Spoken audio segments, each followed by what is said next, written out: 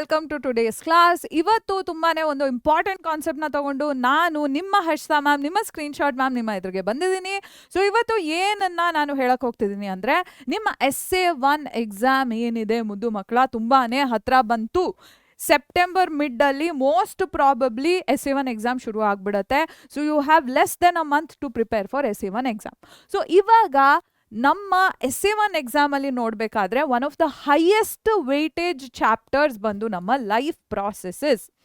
2024 next slide ಅಲ್ಲಿ ತೋರಿಸ್ತೀನಿ ಎಷ್ಟು ವೇಟೇಜ್ ಇದೆ ಅಂತ ಇಲ್ಲ, but it is one of the highest weightage chapters. So ಈ ಚಾಪ್ಟರ್ ಅಲ್ಲಿ ಒಂದಷ್ಟು 10 ಕ್ವೆಶನ್ಸ್ ಇದೆ. ಆಕ್ಚುಲಿ 10+2 ಬೋನಸ್ ಕ್ವೆಶನ್ಸ್ ಹಾಕಿದ್ದೀನಿ ನಾನು, 2 ಬೋನಸ್ ಕ್ವೆಶನ್ಸ್. ಬಟ್ ಈ ಕ್ವೆಶನ್ಸ್ನ ನೀವು ಓದ್ಕೊಂಡ್ರೆ 90% ನಾನು ಹೇಳ್ಬೋದು, 90% ಶ್ಯೂರಿಟಿ ಒಟ್ಟಿಗೆ ಹೇಳ್ತೀನಿ that you will score 8 on 8 marks in life processes chapter. Okay, so ಯಾವುದಿದು ಕ್ವೆಶನ್ಸು, ಇದರ ಆನ್ಸರ್ಸ್ ಹೇಗೆ ಬರಿಬೇಕು ಅಂತ ಎಲ್ಲ ನಾನು ಈ ವಿಡಿಯೋದಲ್ಲಿ ತೋರಿಸ್ತೀನಿ. So make sure you watch till the end of the video. And ಈ ವಿಡಿಯೋದಲ್ಲಿ ಔಟ್ ಆಫ್ ದ 10 ಕ್ವೆಶನ್ಸ್ ಎಷ್ಟು ಕ್ವೆಶನ್ಸ್ ನಿಮಗೆ ಗೊತ್ತು ಅಂತ ಕಾಮೆಂಟ್ ಸೆಕ್ಷನಲ್ಲಿ ಹಾಕಿ, ಹಾಗೂ ಈ ವಿಡಿಯೋಗೆ ನೀವು ಎಕ್ಸೈಟೆಡ್ ಆಗಿದ್ರೆ ಕೆಳಗೆ ಹೋಗಿ ಕಾಮೆಂಟ್ ಸೆಕ್ಷನಲ್ಲಿ ಲೈಫ್ ಅಂತ ಕಾಮೆಂಟ್ ಮಾಡಿ. ಲೈಫ್ ಅಂತ ಕಾಮೆಂಟ್ ಮಾಡಬೇಡಿ. Let's do a better thing. What is that? SA1 ಅಲ್ಲಿ ನೀವು 80 ಮಾರ್ಕ್ಸಿಗೆ ಪೇಪರ್ ಬರೀತೀರಾ. ಓಕೆ, 80 ಮಾರ್ಕ್ಸಿಗೆ ಸೈನ್ಸ್ ಪೇಪರ್ ಬರೀತೀರಾ, ಫುಲ್ ಲೆಂತ್ ಪೇಪರ್ನ ಬರೀತಿದ್ದೀರಾ. ಸೊ ಎಕ್ಸ್ಪೆಕ್ಟ್ ಎಷ್ಟು ಮಾಡ್ತೀರಾ? How much do you want to score out of 80 ಅಂತ ಕಾಮೆಂಟ್ ಸೆಕ್ಷನಲ್ಲಿ ತಿಳಿಸಿ. ಬಿಕಾಸ್ ಲೈಫ್ ಅಂತ ಎಲ್ಲ ತಿಳಿಸಿದ್ರೆ ಅಷ್ಟು ಏನು ಮಜಾ ಇರಲ್ಲ. ಸೊ 80 ಮಾರ್ಕ್ಸಿಗೆ ಎಷ್ಟು ಮಾರ್ಕ್ಸ್ ನಿಮಗೆ ಬರಬೇಕು ಅಂತ ಕೆಳಗೆ ಹೋಗಿ ಕಾಮೆಂಟ್ ಸೆಕ್ಷನಲ್ಲಿ ಕಾಮೆಂಟ್ ಮಾಡಿ ಮಕ್ಕಳ ಅಂತ ಹೇಳ್ತಾ, let us not waste any more time and start of today's video. What are we doing in today's video? Life processes ಏನಿದೆ ಇದರ ವೇಟೇಜ್ನ ನಾನು ನಿಮಗೆ ಹೇಳಬೇಕಿತ್ತು. ಎಸ್, ಸೊ ಇದು ನಿಮ್ಮ ಲಾಸ್ಟ್ ಇಯರಿನ ಬ್ಲೂ ಪ್ರಿಂಟ್ ಆಗಿರುತ್ತೆ, 2025-26 ಬ್ಲೂ ಪ್ರಿಂಟು. ಸೊ ಇದರ ಪ್ರಕಾರ ಅಫ್ಕೋರ್ಸ್ ನಿಮಗೆ ಹೊಸ ಬ್ಲೂ ಪ್ರಿಂಟ್ ಬರುತ್ತೆ, but that will get release around November-December. For now you can totally focus on this blue print. ಇದರ ಪ್ರಕಾರ ಲೈಫ್ ಪ್ರಾಸೆಸಸ್ ಏನಿದೆ 8 ಮಾರ್ಕ್ಸಿಗೆ ಕೇಳುವಂಥ ಚಾಪ್ಟರ್, 8 ಮಾರ್ಕ್ಸಿಗೆ 8 ಅಂಕಗಳಿಗೆ ಕೇಳುವಂತಹ ಅಧ್ಯಾಯ ಜೀವ ಕ್ರಿಯೆಗಳು. ಬಟ್ ಇವಾಗ ನೀವೇನು ಫೋಕಸ್ ಮಾಡಬೇಕು ಅಂದರೆ, 8 ಮಾರ್ಕ್ಸ್ ಯಾವಾಗ ಅದು ಫುಲ್ 13 ಚಾಪ್ಟರ್ಸಿನ ಪೇಪರ್ ಆಗಿದ್ರೆ it will come for 8 marks. But ಇವಾಗ ನಿಮಗೆ SA1ಗೆ ಇರೋದೇ ಬರೀ 6 ಚಾಪ್ಟರ್ಸ್. SA1ಗೆ ಇರೋದು 6 ಚಾಪ್ಟರ್ಸ್ ಅಲ್ವಾ. ಪಾರ್ಟ್ 1 ಟೆಕ್ಸ್ಟ್ ಬುಕ್ ಮಾತ್ರ ಕನ್ಸಿಡರ್ ಮಾಡ್ತಾರೆ.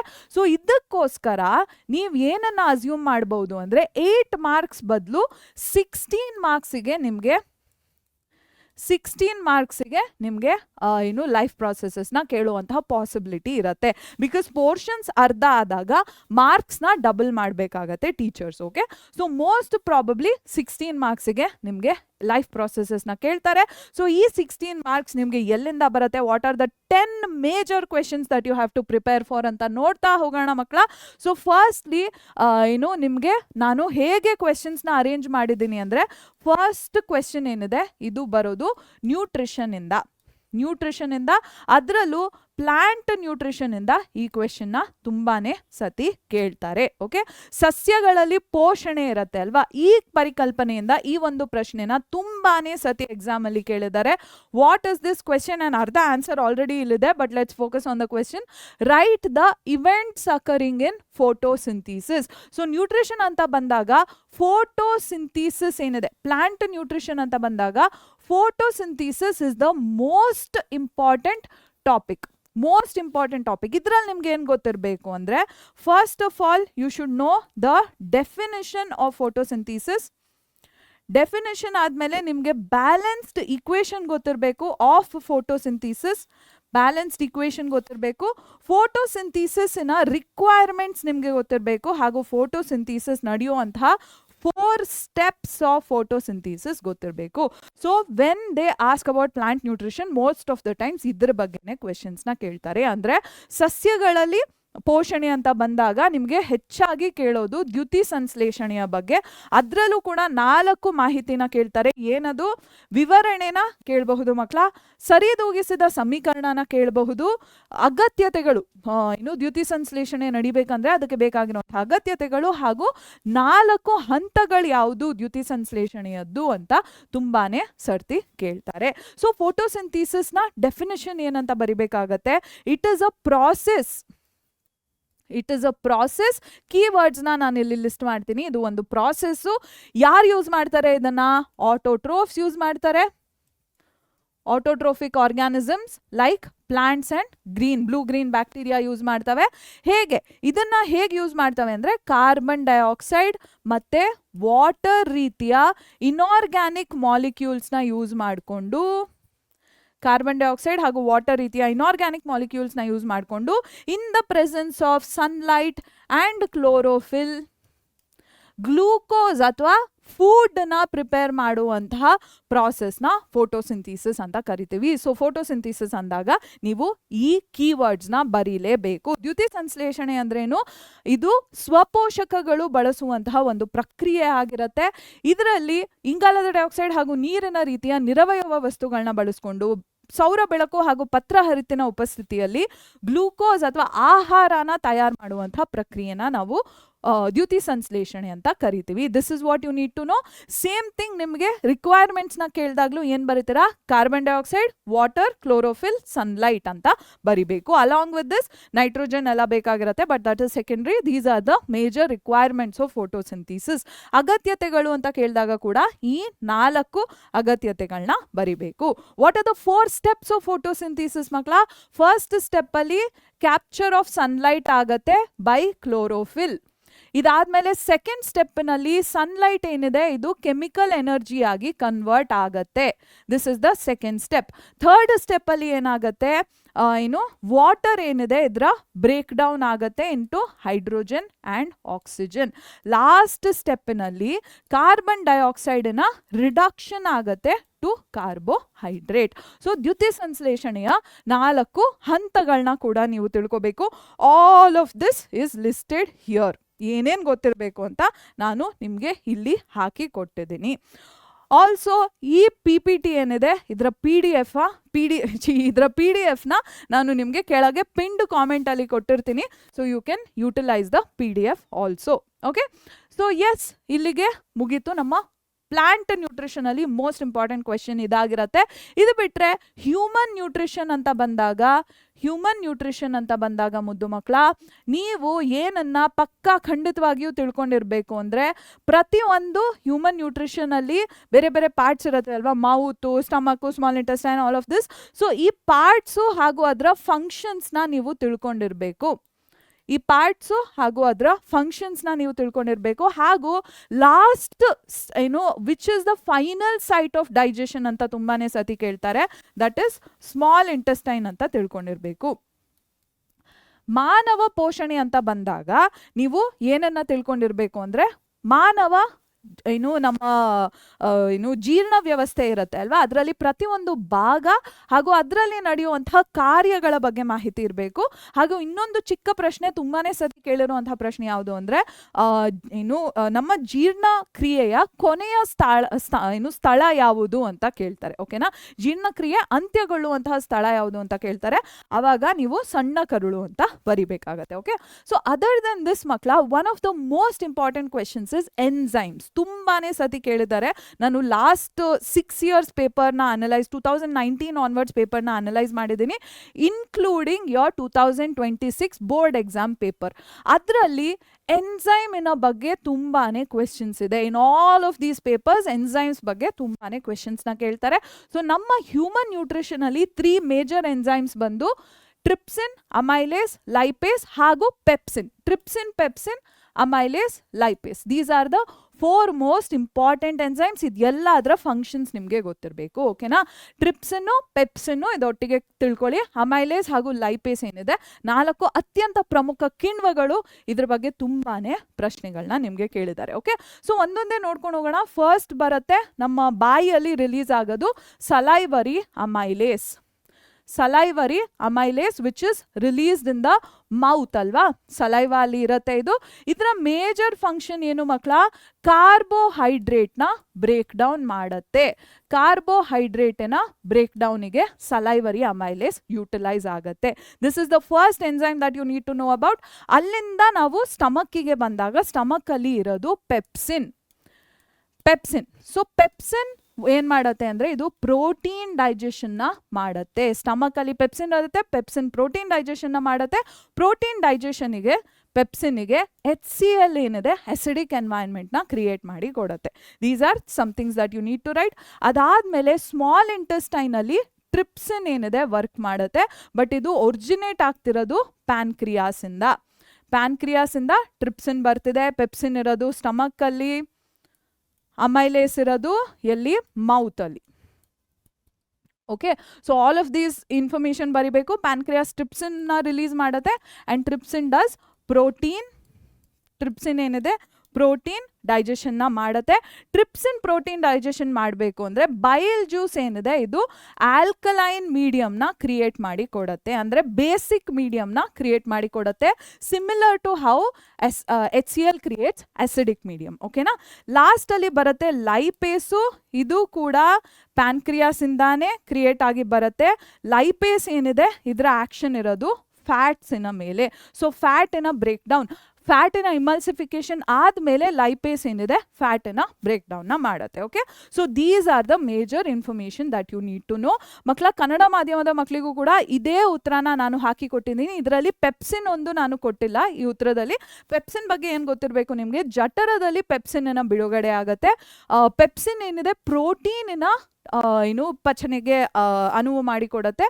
ಹಾಗೂ ಈ ಪ್ರೋಟೀನಿನ ಪಚನೆಗೆ ಅನುವು ಮಾಡಿಕೊಡ್ಬೇಕು ಅಂದ್ರೆ ಪೆಪ್ಸಿನ್ ಏನಿದೆ ಇದಕ್ಕೆ ಆಮ್ಲೀಯ ವಾತಾವರಣ ಬೇಕು.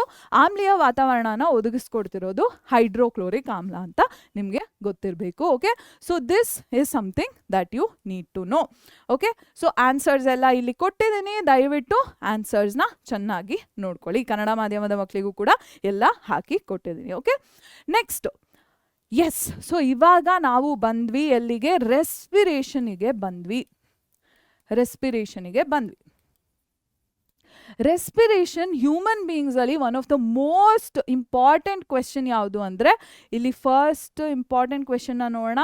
S, this is the most important question for respiration. Okay, general question. This is applicable to both human and ಪ್ಲಾಂಟ್ಸಿಗೂ ಅಪ್ಲಿಕೇಬಲ್ ಆಗುತ್ತೆ. What is that difference between aerobic and anaerobic respiration ಬಗ್ಗೆ ನೀವು ತಿಳ್ಕೊಂಡಿರ್ಬೇಕು.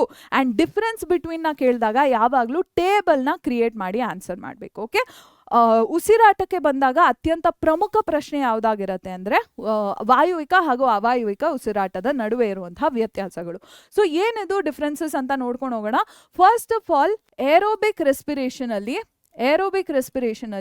ಆಕ್ಸಿಜನ್ ಯೂಟಿಲೈಸೇಷನ್ ಆಗತ್ತೆ. Aerobic respiration ಅಲ್ಲಿ oxygen utilisation ಆಗುತ್ತೆ. Anaerobic respiration ಅಲ್ಲಿ oxygen utilisation ಆಗೋದಿಲ್ಲ. This is the first major point. Next, products ನ ಬರಿಬೇಕು ನೀವು. ಏನ್ ಪ್ರಾಡಕ್ಟ್ಸ್ ಆಗಿ ಬರ್ತಿದೆ? ಏರೋಬಿಕ್ ರೆಸ್ಪಿರೇಷನ್ ಅಲ್ಲಿ ಕಾರ್ಬನ್ ಡೈಆಕ್ಸೈಡ್ ಹಾಗೂ ವಾಟರ್ ಏನಿದೆ ಪ್ರಾಡಕ್ಟ್ಸ್ ಆಗಿ ಬರ್ತಿದೆ. ಆನ್ಏರೋಬಿಕ್ ರೆಸ್ಪಿರೇಷನ್ ಅಲ್ಲಿ ಡಿಪೆಂಡಿಂಗ್ ಆನ್ ಅದು ಮಸಲ್ ಸೆಲ್ಸ್ ಅಲ್ಲಿ ಆದ್ರೆ we get lactic acid. Muscle cells ಅಲ್ಲಿ ಆದ್ರೆ ಲ್ಯಾಕ್ಟಿಕ್ ಆಸಿಡ್ ಬರುತ್ತೆ. ಅದೇ ಈಸ್ಟ್ ನಲ್ಲಿ ಆದ್ರೆ ಎಥನಾಲ್ ಹಾಗೂ ಕಾರ್ಬನ್ ಡೈಆಕ್ಸೈಡ್ ಬರುತ್ತೆ. These are the products. Next, energy yield ಯಾವ್ದ್ರಲ್ಲಿ ಜಾಸ್ತಿ ಇದೆ? ಏರೋಬಿಕ್ ರೆಸ್ಪಿರೇಷನ್ ಅಲ್ಲಿ ಎನರ್ಜಿ ತುಂಬಾನೇ ಜಾಸ್ತಿ ರಿಲೀಸ್ ಆಗತ್ತೆ. ಆನ್ಏರೋಬಿಕ್ ರೆಸ್ಪಿರೇಷನ್ ಅಲ್ಲಿ ಕಡಿಮೆ ಎನರ್ಜಿ ರಿಲೀಸ್ ಆಗತ್ತೆ. ಓಕೆ, ಎನರ್ಜಿ ಜಾಸ್ತಿ ಆಗಿರುತ್ತೆ ಏರೋಬಿಕ್ ರೆಸ್ಪಿರೇಷನ್ ಅಲ್ಲಿ. ನೆಕ್ಸ್ಟ್, ಯಾವ ಟೈಪ್ ಆಫ್ ಆರ್ಗ್ಯಾನಿಸಮ್ಸ್ ಇದನ್ನ ಕ್ಯಾರಿ ಔಟ್ ಮಾಡ್ತವೆ? ಏರೋಬಿಕ್ ರೆಸ್ಪಿರೇಷನ್ ಏನಿದೆ ಹೈಯರ್ ಆರ್ಗ್ಯಾನಿಸಮ್ಸ್ ಅಲ್ಲಿ ನಡೆಯುತ್ತೆ. ಹ್ಯೂಮನ್ ಬೀಯಿಂಗ್ಸ್ ರೀತಿಯ ಅಥವಾ ಡಾಗ್ಸು, ಕ್ಯಾಟ್ಸ್ ರೀತಿಯ ಆರ್ಗ್ಯಾನಿಸಮ್ಸ್ ಅಲ್ಲಿ ನಡೆಯುತ್ತೆ ಏರೋಬಿಕ್ ರೆಸ್ಪಿರೇಷನ್. ಆನ್ಏರೋಬಿಕ್ ರೆಸ್ಪಿರೇಷನ್ ಒಂದಷ್ಟು ಸಿಂಪ್ಲರ್ ಆರ್ಗ್ಯಾನಿಸಮ್ಸ್, ಈಸ್ಟ್ ರೀತಿಯ ಸಿಂಪ್ಲರ್ ಆರ್ಗ್ಯಾನಿಸಮ್ಸ್ ಅಲ್ಲಿ ಆನ್ಏರೋಬಿಕ್ ರೆಸ್ಪಿರೇಷನ್ ನಡೆಯುತ್ತೆ. ಒಂದು ಬೋನಸ್ ಪಾಯಿಂಟ್ ಏನ್ ಬರಿಬಹುದು ಅಂದ್ರೆ, ಏರೋಬಿಕ್ ರೆಸ್ಪಿರೇಷನ್ ಅಲ್ಲಿ ಕಂಪ್ಲೀಟ್ ಆಕ್ಸಿಡೇಷನ್ ಆಗತ್ತೆ. ಕಂಪ್ಲೀಟ್ ಆಕ್ಸಿಡೇಷನ್ ಆಫ್ ಗ್ಲೂಕೋಸ್ ಆಗತ್ತೆ. Complete oxidation of glucose. Anaerobic respiration ಅಲ್ಲಿ ಇನ್ಕಂಪ್ಲೀಟ್ ಆಕ್ಸಿಡೇಷನ್ ಆಫ್ ಗ್ಲೂಕೋಸ್ ಆಗುತ್ತೆ ಅಂತ ಬರೀಬಹುದು. ಈ ಪಾಯಿಂಟ್ ನ ಸ್ಕಿಪ್ ಮಾಡಿದ್ರು ಪರವಾಗಿಲ್ಲ, ನೀವು 4 ಪಾಯಿಂಟ್ಸ್ ನ ತಿಳ್ಕೊಂಡಿದ್ರೆ ಸಾಕು. So I have added all the points. So ಇನ್ನೊಂದು ಮೇಜರ್ ಪಾಯಿಂಟ್ ಇದೆ, ಏರೋಬಿಕ್ ರೆಸ್ಪಿರೇಷನ್ ಮೈಟೋಕಾಂಡ್ರಿಯಲ್ಲಿ ನಡೆಯುತ್ತೆ, ಆನರೋಬಿಕ್ ರೆಸ್ಪಿರೇಷನ್ ಸೈಟೋಪ್ಲಾಸಮ್ ನಲ್ಲಿ ನಡೆಯುತ್ತೆ. ಓಕೆ, ಸೊ ಈ ಪ್ರತ್ಯೇಕತೆಗಳು, ಈ ವ್ಯತ್ಯಾಸಗಳನ್ನ ದಯವಿಟ್ಟು ನೀವು ಗಮನ ಕೊಟ್ಟು ತಿಳ್ಕೊಳ್ಳಿ. ಕನ್ನಡದಲ್ಲೂ ಕೂಡ ಎಲ್ಲದನ್ನ ಕೊಟ್ಟಿದ್ದೀನಿ. ಓಕೆನಾ? ಏನೇನ ಗೊತ್ತಿರಬೇಕು ನಿಮಗೆ? ಆಮ್ಲಜನಕ ಬಳಕೆ ಯಾವುದ್ರಲ್ಲಿ ಆಗತ್ತೆ, ಯಾವುದ್ರಲ್ಲಿ ಆಗಲ್ಲ ಅಂತ ಬರಿಬೇಕು. ಯಾವುದ್ರಲ್ಲಿ ಹೆಚ್ಚು ಶಕ್ತಿ ಬಿಡುಗಡೆ ಆಗತ್ತೆ ಅನ್ನೋ ಪ್ರತ್ಯೇಕತೆ ಗೊತ್ತಿರಬೇಕು. ಎಲ್ಲಿ ನಡೆಯುತ್ತೆ, ಯಾವ ಸ್ಥಳದಲ್ಲಿ ನಡೆಯುತ್ತೆ ಅಂತ ಮಾಹಿತಿ ಗೊತ್ತಿರಬೇಕು. ಯಾವ ರೀತಿಯ ಜೀವಿಗಳಲ್ಲಿ ನಡೆಯುತ್ತೆ ಅಂತ ಗೊತ್ತಿರಬೇಕು. ಹಾಗೂ ಯಾವ ರೀತಿಯ ಉತ್ಪನ್ನಗಳು ಬರುತ್ತೆ ಅಂತ ಮಾಹಿತಿ ಇರಬೇಕು. ಇದು ಬಿಟ್ರೆ the other important questions are this. Okay, haemoglobin ಹಾಗೂ ಆಕ್ಸಿಜನ್ ಕನೆಕ್ಷನ್ ಬಗ್ಗೆ ನಿಮಗೆ ಗೊತ್ತಿರಬೇಕು. Haemoglobin, what is haemoglobin? It is a red colour pigment. Red pigment ಅಂದ್ರೇನು? ಕಲರ್ ಕೊಡುವಂತಹ ಸಬ್ಸ್ಟೆನ್ಸಸ್. ರೆಡ್ ಕಲರ್ ಪಿಗ್ಮೆಂಟ್ ಇದಿರತ್ತೆ. RBC ಅಂದ್ರೆ ರೆಡ್ ಬ್ಲಡ್ ಸೆಲ್ಸ್ ಅಲ್ಲಿ ಇರುತ್ತೆ. ಹಿಮೋಗ್ಲೋಬಿನ್ ಯಾವಾಗ ಇಂಪಾರ್ಟೆಂಟ್ ಆಗುತ್ತೆ ಅಂದ್ರೆ ಆಕ್ಸಿಜನ್ ಟ್ರಾನ್ಸ್ಪೋರ್ಟ್ಗೆ ಹಿಮೋಗ್ಲೋಬಿನ್ ಇಂಪಾರ್ಟೆಂಟ್ ಆಗತ್ತೆ. ಅಂಡ್ ಇದನ್ನ ನಾವು ರೆಸ್ಪಿರೇಟರಿ ಪಿಗ್ಮೆಂಟ್ ಅಂತ ಕರಿತೀವಿ. ರೆಸ್ಪಿರೇಟರಿ ಪಿಗ್ಮೆಂಟ್ ಅಂತ ಕರಿತೀವಿ. ನಮ್ಮ ಬಾಡಿಯಲ್ಲಿ ಬರೀ ಡಿಫ್ಯೂಷನ್ ಮೂಲಕ ಆಕ್ಸಿಜನ್ನ ಟ್ರಾನ್ಸ್ಪೋರ್ಟ್ ಮಾಡಕ್ ಆಗೋದಿಲ್ಲ. That is why oxygen binds to haemoglobin. Oxygen binds to haemoglobin and haemoglobin transports oxygen. ಓಕೆನಾ ಮಕ್ಕಳ? ಸೊ ಇದರಲ್ಲಿ ಏನು ಇಂಪಾರ್ಟೆಂಟ್ ಗೊತ್ತಿರಬೇಕು ಅಂದ್ರೆ ಎಷ್ಟು ಜಾಸ್ತಿ ಹಿಮೋಗ್ಲೋಬಿನ್ ಇರುತ್ತೋ ಅಷ್ಟು ಜಾಸ್ತಿ ಆಕ್ಸಿಜನ್ ಇರುತ್ತೆ. ಓಕೆನಾ? ಸೊ ಈ ಮಾಹಿತಿ ನಿಮಗೆ ಗೊತ್ತಿರಬೇಕು. ಏನು ಹಿಮೋಗ್ಲೋಬಿನ್ ಏನಿದೆ, ಇದು ಕೆಂಪು ಬಣ್ಣದ ವರ್ಣದ್ರವ್ಯ ಆಗಿರುತ್ತೆ. ಇದು ಕೆಂಪು ರಕ್ತ ಕಣಗಳಲ್ಲಿ ಇರುತ್ತೆ. ಇದು ಆಮ್ಲಜನಕದ ಸಾಗಾಣಿಕೆಗೆ ಅನುವು ಮಾಡಿಕೊಡುತ್ತೆ. ಎಷ್ಟು ಜಾಸ್ತಿ ಹಿಮೋಗ್ಲೋಬಿನ್ ಇರುತ್ತೆ ಅಷ್ಟು ಜಾಸ್ತಿ ಆಮ್ಲಜನಕ ಇರುತ್ತೆ. ಹಾಗೂ ಹಿಮೋಗ್ಲೋಬಿನ್ನ ನಾವು ಉಸಿರಾಟದ ವರ್ಣದ್ರವ್ಯ ಅಂತ ಕರಿತೀವಿ. ಓಕೆನಾ ಮಕ್ಕಳ? ಸೊ ಇಷ್ಟು ಮಾಹಿತಿ ಇರಬೇಕು ನಿಮಗೆ. All of this information is given here. ಈ ಕ್ವೆಶನ್ನ ಸ್ವಲ್ಪ ಜಾಸ್ತಿ ಗಮನ ಕೊಟ್ಟು ತಿಳ್ಕೊಳ್ಳಿ. ನೆಕ್ಸ್ಟ್ ರೆಸ್ಪಿರೇಷನ್ ಅಲ್ಲಿ ಇನ್ನೊಂದು ಮೇಜರ್ ಕ್ವೆಶನ್ ಏನಂದ್ರೆ, ಅಕ್ವೇಟಿಕ್ ಆರ್ಗ್ಯಾನಿಸಮ್ಸ್ ಅಲ್ಲಿ ರೆಸ್ಪಿರೇಷನ್ ರೇಟ್ ಜಾಸ್ತಿ ಇರುತ್ತೆ. ಇದಕ್ಕೆ ರೀಸನ್ ಕೊಡಿ ಅಂತ ಕೇಳ್ತಾರೆ. ಬ್ರೀದಿಂಗ್ ರೇಟ್ ಅಥವಾ ರೆಸ್ಪಿರೇಷನ್ ರೇಟ್ ಏನಿದೆ ಅಕ್ವೇಟಿಕ್ ಆರ್ಗ್ಯಾನಿಸಮ್ಸ್ ಅಲ್ಲಿ ಜಾಸ್ತಿ ಇರುತ್ತೆ. ವಾಟ್ ಇಸ್ ದ ರೀಸನ್ ಅಂತ ಕೇಳ್ತಾರೆ. ವೆರಿ ಸಿಂಪಲ್ ರೀಸನ್, ಉಸಿರಾಡಬೇಕು ಅಂದ್ರೆ ಆಕ್ಸಿಜನ್ ಬೇಕು. ಆಕ್ಸಿಜನ್ ಏನಿದೆ ಅಕ್ವೇಟಿಕ್ ಸಿಸ್ಟಮ್ ಅಲ್ಲಿ ಕಡಿಮೆ ಇರುತ್ತೆ. ಓಕೆ, ಸೊ ಡಿಸಾಲ್ವ್ಡ್ ಆಕ್ಸಿಜನ್ ಏನಿದೆ ಇದು ಕಡಿಮೆ ಇರೋದ್ರಿಂದ, ಡಿಸಾಲ್ವ್ಡ್ ಆಕ್ಸಿಜನ್ ಕಡಿಮೆ ಇರೋದ್ರಿಂದ ಜಾಸ್ತಿ ಉಸಿರಾಡಬೇಕಾಗತ್ತೆ ನಮ್ಮ ಏನು ಅಕ್ವೇಟಿಕ್ ಆರ್ಗ್ಯಾನಿಸಮ್ಸ್ಗೆ. ಓಕೆನಾ ಮಕ್ಕಳ? So this reason you have to write for this question. ಜಲಚರಗಳಲ್ಲಿ ಉಸಿರಾಟದ ದರ ಏನಕ್ಕೆ ಹೆಚ್ಚಿರುತ್ತೆ ಅಂದ್ರೆ ಕರಗಿದ ಆಮ್ಲಜನಕದ ಮಟ್ಟ ಕಡಿಮೆ ಇರೋದ್ರಿಂದ ಹೆಚ್ಚು ಉಸಿರಾಟದ ಅವಶ್ಯಕತೆ ಇರುತ್ತೆ. ಇದಕ್ಕಾಗಿ ಜಲಚರಗಳಲ್ಲಿ ಉಸಿರಾಟದ ದರ ಜಾಸ್ತಿ ಇರುತ್ತೆ ಅಂತ ಬರಿಬೇಕು. I have given the definition here. Next ಬರೋಣ ಟ್ರಾನ್ಸ್ಪೋರ್ಟೇಷನ್ಗೆ ಮಕ್ಕಳ. ಇದು ಆಯ್ತು. I have included the question twice. Okay, same question ನ 2 ಸತಿ ಹಾಕಿದ್ದೀನಿ, but just make sure you write the answer correctly. Yes, next ಬರುತ್ತೆ ನಮ್ಮ ಟ್ರಾನ್ಸ್ಪೋರ್ಟೇಷನ್.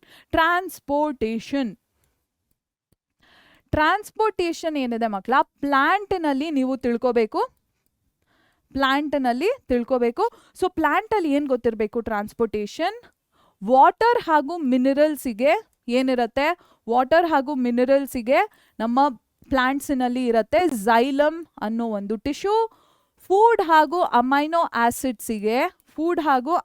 ಆಸಿಡ್ಸಿಗೆ ನಮ್ಮ ಪ್ಲಾಂಟ್ ಅಲ್ಲಿ ಇರುತ್ತೆ ಫ್ಲೋಯಮ್. ಓಕೆ, ಸೊ ಈ ಟಿಶ್ಯೂಸ್ ಅಲ್ಲಿ ಆಗುವಂತಹ ಪ್ರಾಸೆಸಸ್ ಬಗ್ಗೆ ನಿಮಗೆ ಗೊತ್ತಿದ್ರೆ ಸಾಕು. ಝೈಲಮ್ ನಲ್ಲಿ ಏನಾಗುತ್ತೆ? ರೂಟ್ ಪ್ರೆಷರ್ ಯಾವ ಟೈಮಲ್ಲಿ ನಡೆಯುತ್ತೆ? ನೈಟ್ ಟೈಮಲ್ಲಿ ರೂಟ್ ಪ್ರೆಷರ್ ಆಕ್ಟಿವ್ ಆಗಿ ಇರುತ್ತೆ. ಎಕ್ಸಾಕ್ಟ್ಲಿ ಹೇಗೆ ವರ್ಕ್ ಆಗುತ್ತೆ ರೂಟ್ ಪ್ರೆಷರು? ಸುತ್ತಮುತ್ತ ಅಯಾನ್ಸ್ ಇರುತ್ತೆ ಅಲ್ವಾ, ಅಯಾನ್ ಅನ್ನ ಅಪ್ಟೇಕ್ ಮಾಡುತ್ತೆ ರೂಟ್ ಸೆಲ್ಸು. ಅಯಾನ್ಸ್ ನ ಅಪ್ಟೇಕ್ ಮಾಡಿದಾಗ ವಾಟರ್ ಕೂಡ ಮೂವ್ಮೆಂಟ್ ಆಗುತ್ತೆ. ವಾಟರ್ ಮೂವ್ಮೆಂಟ್ ಆಗ್ಬಿಟ್ಟು ಒಂದು ಕಾಲಮ್ ಆಫ್ ವಾಟರ್ ನ ಕ್ರಿಯೇಟ್ ಮಾಡುತ್ತೆ. ಈ ಕಾಲಮ್ ಆಫ್ ವಾಟರ್ ಏನಿದೆ ಝೈಲಮಿನ ಪೂರ್ತಿ ಅಪ್ಟೇಕ್ ಆಗ್ತಾ ಹೋಗುತ್ತೆ. This is about root pressure. Next transpiration. Transpiration ಏನು, ಎಕ್ಸೆಸ್ ವಾಟರ್ ಇರುತ್ತೆ ಅಲ್ವಾ ಪ್ಲಾಂಟ್ ಅಲ್ಲಿ, ಅದು ವಾಟರ್ ವೇಪರ್ ಗೇಷಿಯಸ್ ಸ್ಟೇಟ್ಗೆ ಕನ್ವರ್ಟ್ ಆಗುತ್ತೆ. ಈ ಗೇಷಿಯಸ್ ಸ್ಟೇಟ್ ಅಲ್ಲಿ ಇರುವಂತಹ ವಾಟರ್ ವೇಪರ್ ಸ್ಟೊಮ್ಯಾಟಾ ಮೂಲಕ ಇವ್ಯಾಪರೇಟ್ ಆಗುತ್ತೆ. ಇದರಿಂದ ಒಂದು ಸಕ್ಷನ್ ಪ್ರೆಷರ್ ಕ್ರಿಯೇಟ್ ಆಗುತ್ತೆ. ಈ ಸಕ್ಷನ್ ಪ್ರೆಷರ್ ಇಂದ ವಾಟರಿನ ಮೂವ್ಮೆಂಟ್ ಏನಿದೆ ಝೈಲಮಿನ ಪೂರ್ತಿ ಆಗ್ತಾ ಹೋಗುತ್ತೆ. So these are the and transpiration ಏನಿದೆ ಡೇ ಟೈಮ್ ಅಲ್ಲಿ ನಡೆಯುತ್ತೆ. ಬಿಕಾಸ್ ವಾಟರ್ ಇವ್ಯಾಪರೇಟ್ ಆಗಬೇಕು ಅಂದ್ರೆ ಸನ್ಲೈಟ್ ಬೇಕು ಅಲ್ವಾ. ಸೊ ಡೇ ಟೈಮ್ ಅಲ್ಲಿ ಆಗುತ್ತೆ. These are the two things that you need to know about xylem. ಫ್ಲೋಯೆಮೆಗೆ ಬಂದಾಗ ಆಲ್ಮೋಸ್ಟ್ ಸಿಮಿಲರ್ ಥಿಂಗ್ ಆಗುತ್ತೆ ಮಕ್ಕಳ. ಸೂಕ್ರೋಸ್ ಏನಿದೆ ಇದನ್ನ ಆಕ್ಟಿವ್ ಆಗಿ ಅಪ್ಟೇಕ್ ಮಾಡುತ್ತೆ ಫ್ಲೋಯೆಮ್ ಸೆಲ್ಸ್. ಇದರಿಂದ ವಾಟರಿನ ಮೂವ್ಮೆಂಟ್ ಕೂಡ ಆಗುತ್ತೆ ವಿಚ್ ಇನ್ಕ್ರೀಸಸ್. ಸುಕ್ರೋಸ್ನ ಅಪ್ಟೇಕ್ ಮಾಡಿದಾಗ ಆಸ್ಮೋಟಿಕ್ ಪ್ರೆಷರ್ ಜಾಸ್ತಿ ಆಗುತ್ತೆ. ಓಕೆ, ಫ್ಲೋಯೆಮಿನಲ್ಲಿ ಆಸ್ಮೋಟಿಕ್ ಪ್ರೆಷರ್ ಕಾಣಿಸ್ಕೊಳ್ಳುತ್ತೆ. ಈ ಕ್ವೆಶನ್ನ ಕೇಳ್ತಾರೆ ನಿಮಗೆ. ಸೊ ಆಸ್ಮೋಟಿಕ್ ಪ್ರೆಷರ್ ಇರೋದ್ರಿಂದ ವಾಟರಿನ ಅಪ್ಟೇಕ್ ಜಾಸ್ತಿ ಆಗುತ್ತೆ. Because of water uptake the sucrose starts moving through the phloem. ಈ ಪ್ರಾಸೆಸ್ನ ನಾವು ಟ್ರಾನ್ಸ್ಲೋಕೇಶನ್ ಅಂತ ಕರಿತೀವಿ. ಸೊ ಟ್ರಾನ್ಸ್ಲೋಕೇಶನ್ ಮೆಕ್ಯಾನಿಸಮ್ ಎಲ್ಲ ನಿಮಗೆ ಗೊತ್ತಿರಬೇಕು. So these are the two things that you need to know about transportation in plants. ಓಕೆನಾ. ಅಂದ್ರೆ ಸಾಗಾಣಿಕೆ, ಸಸ್ಯಗಳಲ್ಲಿ ಸಾಗಾಣಿಕೆ ಅನ್ನೋ ಒಂದು ಕಾನ್ಸೆಪ್ಟ್ ಪರಿಕಲ್ಪನೆ ಬಂದಾಗ ಏನ್ ಗೊತ್ತಿರಬೇಕು, ಸಸ್ಯಗಳಲ್ಲಿ 2 ರೀತಿಯ ಸಾಗಾಣಿಕೆ ಆಗತ್ತೆ. ನೀರು ಹಾಗೂ ಖನಿಜಗಳು ಝೈಲಮಿನ ಮೂಲಕ ಸಾಗಾಣಿಕೆ ಆಗತ್ತೆ.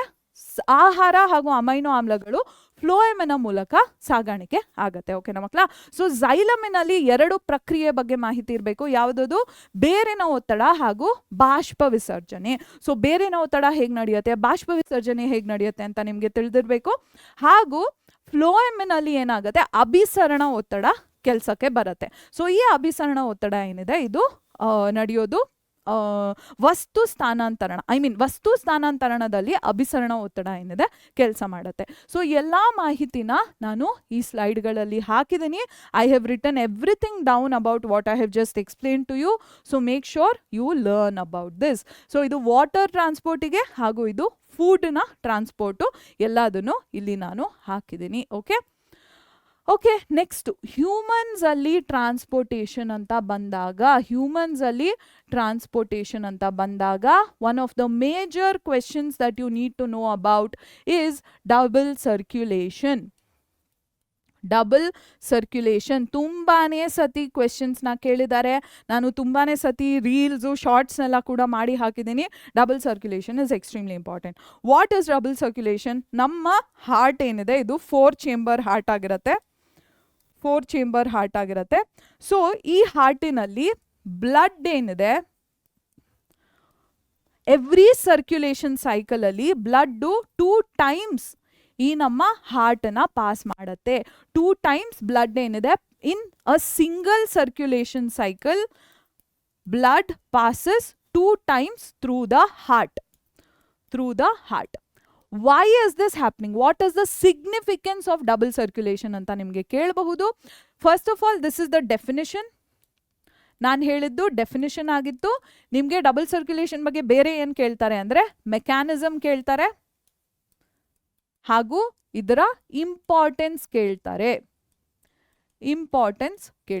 Okay, so what is the mechanism ಅಂದರೆ ಬೇಸಿಕಲಿ ಡಿಆಕ್ಸಿಜನೇಟೆಡ್ ಬ್ಲಡ್ ನಮ್ಮ ರೈಟ್ ಸೈಡ್ ಆಫ್ ದ ಹಾರ್ಟಿಗೆ ಬರುತ್ತೆ, oxygenated blood left side of the ಹಾರ್ಟಿಗೆ ಬರುತ್ತೆ. ಸೊ ಎಕ್ಸಾಕ್ಟ್ಲಿ ಯಾವ ಚೇಂಬರಿಗೆ ಬರುತ್ತೆ ಅಂತ ಎಲ್ಲ ನಾನು ಆನ್ಸರಲ್ಲಿ ಇನ್ಕ್ಲೂಡ್ ಮಾಡಿದ್ದೀನಿ. You can look at it. What becomes important is this, what is the significance of double circulation. ಏನಕ್ಕೆ ಆಗತ್ತೆ ಡಬಲ್ ಸರ್ಕ್ಯುಲೇಷನ್ ಅಂದರೆ ನಮ್ಮ ಬಾಡಿಯಲ್ಲಿ ನಮ್ಮನ್ನ ನಾವು ವಾರ್ಮ್ ಬ್ಲಡೆಡ್ ಆರ್ಗ್ಯಾನಿಸಮ್ಸ್ ಅಂತ ಕರಿತೀವಿ. Warm blooded human beings birds ಎಲ್ಲ warm blooded organisms. Okay, so ನಮ್ಮಲ್ಲಿ ಏನು ಇಂಪಾರ್ಟೆಂಟ್ ಆಗುತ್ತೆ ಅಂದರೆ ನಮ್ಮ ಇಂಟರ್ನಲ್ ಬಾಡಿ ಟೆಂಪರೇಚರ್ ಏನಿದೆ ಇದನ್ನ ನಾವು ಕಾನ್ಸ್ಟೆಂಟ್ ಆಗಿ ಮೇಂಟೈನ್ ಮಾಡಬೇಕು. ಕಾನ್ಸ್ಟೆಂಟ್ ಆಗಿ ನಮ್ಮ ಬಾಡಿ ಟೆಂಪರೇಚರ್ ಏನಿದೆ 37 ಡಿಗ್ರಿ ಸೆಲ್ಸಿಯಸ್ಸೇ ಇರಬೇಕು. ಅದರಲ್ಲಿ ತುಂಬ ಜಾಸ್ತಿ ಕಡಿಮೆ ಎಲ್ಲ ಆದರೆ ನಮ್ಮ ಬಾಡಿಯಲ್ಲಿ ಫಂಕ್ಷನಿಂಗ್ ಹ್ಯಾಂಪರ್ ಆಗುತ್ತೆ, ಫಂಕ್ಷನಿಂಗ್ ಏನಿದೆ ಕಷ್ಟ ಆಗುತ್ತೆ. ಓಕೆನಾ. ಸೊ ಈ constant internal body temperature maintain ಮಾಡಬೇಕು ಅಂದರೆ ನಮಗೆ ತುಂಬಾ ಜಾಸ್ತಿ ಎನರ್ಜಿ ಬೇಕು. ಈ ತುಂಬಾನೇ ಜಾಸ್ತಿ ಎನರ್ಜಿ ಎಲ್ಲಿಂದ ಬರ್ತಿದೆ? It is coming from respiration, especially aerobic respiration ಇಂದ ಜಾಸ್ತಿ ಬರುತ್ತೆ. ಏರೋಬಿಕ್ ರೆಸ್ಪಿರೇಷನ್ ಇಂದ ಜಾಸ್ತಿ ಬರುತ್ತೆ. ಏರೋಬಿಕ್ ರೆಸ್ಪಿರೇಷನ್ ಆಗಬೇಕು ಅಂದರೆ ಏನಾಗಬೇಕು? ಜಾಸ್ತಿ ಆಕ್ಸಿಜನ್ ಬೇಕು. ಜಾಸ್ತಿ ಆಕ್ಸಿಜನ್ ಯಾವಾಗ ಸಿಗತ್ತೆ? ಆಕ್ಸಿಜನೇಟೆಡ್ ಆ್ಯಂಡ್ ಡಿಆಕ್ಸಿಜನೇಟೆಡ್ ಬ್ಲಡ್ನ ನಾವು ಸೆಪರೇಟ್ ಆಗಿ ಇಟ್ಟಾಗ. How is this separation going to happen? It happens only when the deoxygenated blood comes to the right side and oxygenated blood comes to the left side. Mixing ಆಗದೆ ಇದ್ದಾಗ ಮಾತ್ರ ಜಾಸ್ತಿ ಆಕ್ಸಿಜನ್ನು ಟಿಶ್ಯೂಸ್ಗೆ ಹೋಗುತ್ತೆ. ಟಿಶ್ಯೂಸಲ್ಲಿ ಜಾಸ್ತಿ respiration ನಡೆಯುತ್ತೆ. ಜಾಸ್ತಿ ರೆಸ್ಪಿರೇಷನಿಂದ ಜಾಸ್ತಿ ಎನರ್ಜಿ ರಿಲೀಸ್ ಆಗುತ್ತೆ. ಜಾಸ್ತಿ ಎನರ್ಜಿಯಿಂದ ನಮ್ಮ ಬಾಡಿ ಟೆಂಪರೇಚರ್ ಏನಿದೆ ಕಾನ್ಸ್ಟೆಂಟ್ ಆಗಿ ಮೇಂಟೈನ್ ಆಗುತ್ತೆ. But in organisms like lizards ರೀತಿಯ ರೆಪ್ಟೈಲ್ ಆರ್ಗ್ಯಾನಿಸಮ್ಸ್ ಇರುತ್ತೆ ಅಲ್ವಾ, ಈ ಆರ್ಗ್ಯಾನಿಸಮ್ಸ್ ಅಲ್ಲಿ constant internal body temperature maintain ಮಾಡೋ ಅವಶ್ಯಕತೆ ಇಲ್ಲ. Because they are cold blooded organisms. Cold blooded organisms ಏನಿದ್ದಾವೆ, ಹೊರಗೆ ಎಕ್ಸ್ಟರ್ನಲ್ ಎನ್ವೈರನ್ಮೆಂಟ್ ಜೊತೆ ಬಾಡಿದು ಇಂಟರ್ನಲ್ ಟೆಂಪರೇಚರ್ ಕೂಡ ಚೇಂಜ್ ಆಗುತ್ತೆ. So in organisms like lizards and all, this constant internal body temperature maintenance necessity ಇಲ್ಲ. So there four they are cold blooded organisms and therefore ಅವರಲ್ಲಿ double circulation ನಡೆಯೋದಿಲ್ಲ. ಓಕೆನಾ ಮಕ್ಕಳ? So ಇದೆಲ್ಲ ಕನ್ನಡ ಮಾಧ್ಯಮದ ಮಕ್ಕಳಿಗೆ ಹೇಳ್ಬಿಡ್ತೀನಿ. ಮಾನವರು ಹಾಗೂ ಪಕ್ಷಿಗಳೇನಿದ್ದಾವೆ ಇವು ಉಷ್ಣ ರಕ್ತದ ಜೀವಿಗಳು. ಉಷ್ಣ ರಕ್ತದ ಜೀವಿಗಳಂದ್ರೇನು? ನಮ್ಮ ಆಂತರಿಕ ತಾಪಮಾನ ಏನಿದೆ, ದೇಹದ ಆಂತರಿಕ ತಾಪಮಾನ ಸ್ಥಿರವಾಗಿ ನಾವು ನೋಡ್ಕೋಬೇಕಾಗತ್ತೆ. ಸೊ ಈ ಸ್ಥಿರ ದೇಹದ ತಾಪಮಾನ ನೋಡ್ಕೊಳ್ಳಿಕ್ಕೆ ಜಾಸ್ತಿ ಶಕ್ತಿ ಬೇಕಾಗತ್ತೆ. ಜಾಸ್ತಿ ಶಕ್ತಿ ಎಲ್ಲಿಂದ ಬರುತ್ತೆ? ಜಾಸ್ತಿ ಉಸಿರಾಟ ನಡೆದಾಗ ಬರುತ್ತೆ. ಜಾಸ್ತಿ ಉಸಿರಾಟ ಯಾವಾಗ ಆಗತ್ತೆ? ಜಾಸ್ತಿ ಆಮ್ಲಜನಕದ ಉಪಸ್ಥಿತಿಯಲ್ಲಿ. ಜಾಸ್ತಿ ಆಮ್ಲಜನಕ ಯಾವಾಗ ಸಿಗತ್ತೆ ನಮಗೆ ಅಂದರೆ ಆಮ್ಲಜನಕ ರಿಕ್ತ ಹಾಗೂ ಆಮ್ಲಜನಕ ಸಮೃದ್ಧ ರಕ್ತದ ಬೇರ್ಪಡಿಕೆ ಆದಾಗ. ಈ ಬೇರ್ಪಡಿಕೆ ಯಾವಾಗ ಆಗತ್ತೆ? ನಮ್ಮ ಹೃದಯದಲ್ಲಿ ಆಮ್ಲಜನಕ ರಿಕ್ತ ರಕ್ತ ಬರೀ ಬಲಭಾಗಕ್ಕೆ ಬರುತ್ತೆ, ಆಮ್ಲಜನಕ ಸಮೃದ್ಧ ರಕ್ತ ಬರೀ ಎಡಭಾಗಕ್ಕೆ ಬರುತ್ತೆ.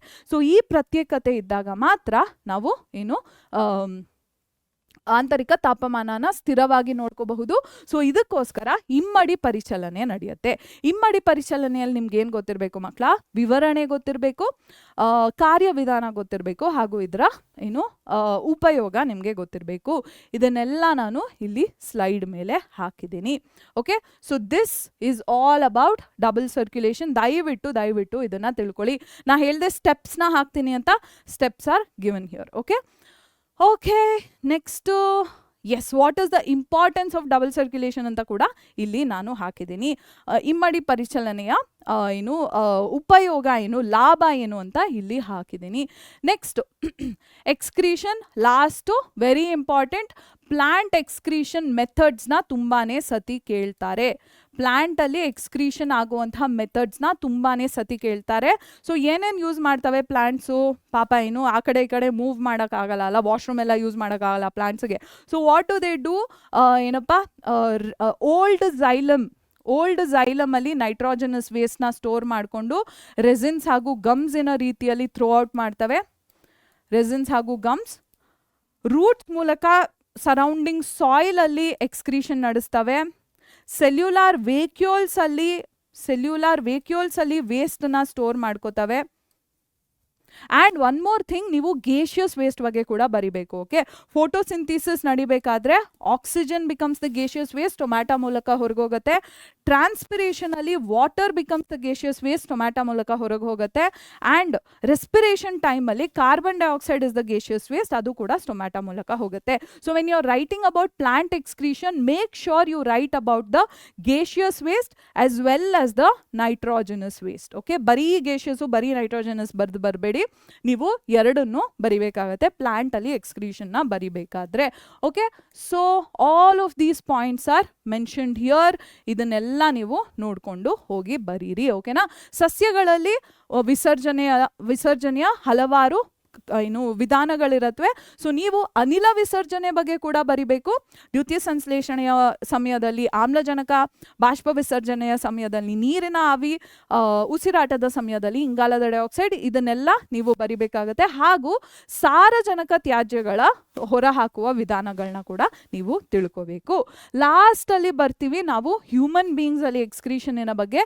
ಇದರಲ್ಲಿ ಸ್ಪೆಸಿಫಿಕಲಿ ಯೂರಿನ್ ಫಾರ್ಮೇಷನ್ ಇನ್ನ 3 ಸ್ಟೆಪ್ಸಿನ ಬಗ್ಗೆ ನೀವು ಚೆನ್ನಾಗಿ ತಿಳ್ಕೋಬೇಕು. ಯೂರಿನ್ ಫಾರ್ಮೇಷನ್ ಇನ್ನ 3 ಸ್ಟೆಪ್ಸಿನ ಬಗ್ಗೆ ಚೆನ್ನಾಗಿ ತಿಳ್ಕೊಳ್ಳಿ. First step is glomerular filtration. Glomerular filtration ಅಲ್ಲಿ ಇರುವಂಥ ಬ್ಲಡ್ ಎಲ್ಲ ಕಂಪ್ಲೀಟ್ಲಿ ಫಿಲ್ಟರ್ ಆಗುತ್ತೆ ಆ್ಯಂಡ್ ಬೋಮೆನ್ಸ್ ಕ್ಯಾಪ್ಸ್ಯೂಲ್ನ ಎಂಟರ್ ಮಾಡುತ್ತೆ. ಅದಾದ್ಮೇಲೆ ಬರುತ್ತೆ ಸೆಕ್ರೀಷನ್. ಥರ್ಡ್ ಸ್ಟೆಪ್ ಮಧ್ಯದಲ್ಲಿ ಬರುತ್ತೆ tubular reabsorption. Amino acids, glucose, ಈ ವಾಟರು, ಈ ರೀತಿಯ ಸಬ್ಸ್ಟೆನ್ಸಸ್ನ ವಾಪಸ್ ರೀಅಬ್ಸಾರ್ಬ್ ಮಾಡೋಕ್ಕಾಗತ್ತೆ. ಅದಾದಮೇಲೆ ಲಾಸ್ಟ್ ಸ್ಟೆಪ್ ಸೆಕ್ರೀಷನಲ್ಲಿ ಟಾಕ್ಸಿಕ್ ಸಬ್ಸ್ಟೆನ್ಸಸ್, ಅಮೋನಿಯಾ, ಹೈಡ್ರೋಜನ್ ರೀತಿಯ ಅಯಾನ್ಸ್ನೆಲ್ಲ ವಾಪಸ್ ಯೂರಿನಿಗೆ ಸೆಕ್ರೀಟ್ ಮಾಡ್ತೀವಿ. Okay, so these 3 steps you must know about. It is all covered in this definition. ಓಕೆನಾ.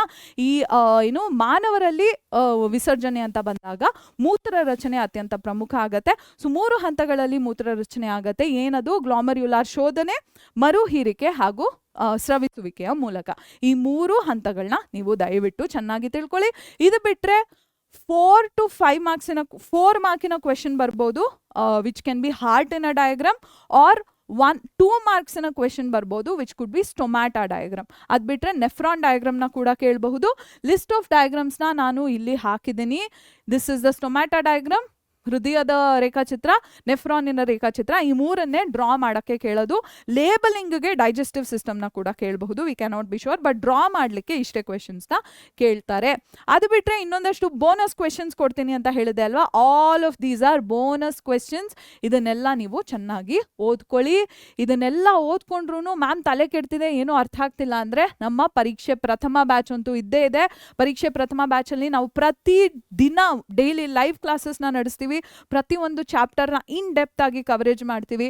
ಪ್ರಾಕ್ಟೀಸ್ ಟೆಸ್ಟ್ ಕೊಡ್ತೀವಿ, ಡೈಲಿ ಪ್ರಾಕ್ಟೀಸ್ ಪೇಪರ್ಸ್ ಕೊಡ್ತೀವಿ, ಸ್ಯಾಂಪಲ್ ಕ್ವೆಶನ್ ಪೇಪರ್ಸ್, ನಿಮ್ಮ FA test, SA exams, preparatory ಬೋರ್ಡಿಗೆಲ್ಲ ನಾವು FA ಟೆಸ್ಟು SA ಎಕ್ಸಾಮ್ಸ್ ಆಗುತ್ತೆ. Preparatory board ಎಲ್ಲ separate ಇರುತ್ತೆ. FA test SA1 ಎಕ್ಸಾಮ್ಸಿಗೆ ಖಂಡಿತವಾಗಿಯೂ ನಾವು ಸಪೋರ್ಟ್ನ ನೀಡ್ತೀವಿ ಮಕ್ಕಳ. ಇದರೊಟ್ಟಿಗೆ ಇನ್ನು ತುಂಬಾ ಅಫೋರ್ಡೆಬಲ್ ಪ್ರೈಸಸಲ್ಲಿ ನಮ್ಮ ಪ್ರಥಮ ಬ್ಯಾಚಸ್ ಸಿಗ್ತಿದೆ. ನೀವು ಜಾಯ್ನ್ ಆಗ್ತೀರಾ ಅಂದರೆ ಕೆಳಗೆ ಲಿಂಕ್ನ ಕ್ಲಿಕ್ ಮಾಡಿ, ಪಿಂಡ್ ಕಾಮೆಂಟಲ್ಲಿ ಲಿಂಕ್ಸ್ ಇರುತ್ತೆ. Go click on the link, pricing ಎಲ್ಲ ನೋಡಿಕೊಂಡು ನಮ್ಮ ಪ್ರಥಮ ಬ್ಯಾಚ್ನ ಜಾಯ್ನ್ ಆಗಿ. ಹಾಗೂ ನಮ್ಮ ಪರೀಕ್ಷೆಯಲ್ಲಿ ಒಂದು ದೊಡ್ಡ ಒಂದು ನ್ಯೂಸ್ ಬರ್ತಿದೆ. ಏನು ನ್ಯೂಸ್ ಅಂತ ಎಲ್ಲ ತಿಳ್ಕೊಳ್ಳಿಕ್ಕೆ ಲೈವ್ಸ್ಗಳು ಏನು ನಡೀತಿದೆ, ಶಾರ್ಟ್ಸ್ ಏನು ನಡೀತಿದೆ, ಇದನ್ನೆಲ್ಲ ಚೆನ್ನಾಗಿ ವಾಚ್ ಮಾಡಿ. ನೀವು ಕೇಳಿರುವಂಥ ಏನೋ ಒಂದು ದೊಡ್ಡ ಇನ್ಫಾರ್ಮೇಷನ್ ಬರ್ತಿದೆ. ಹಾಗೂ ಸಬ್ಸ್ಕ್ರೈಬ್ ಮಾಡೋದನ್ನ ಮರಿಬೇಡಿ. ಯಾಕಂದರೆ ಲೈವ್ಸು, ಶಾರ್ಟ್ಸು, ವಿಡಿಯೋಸ್ ಎಲ್ಲ ಬರ್ತಿದೆ ಅಂತ ನೀವು ಸಬ್ಸ್ಕ್ರೈಬ್ ಮಾಡಿದಾಗ ಮಾತ್ರ ಗೊತ್ತಾಗುತ್ತೆ. So make sure you go subscribe to the channel. Okay ನಮಗ್ಲಾ. So thank you so much for joining me today and I'll see you in the next video.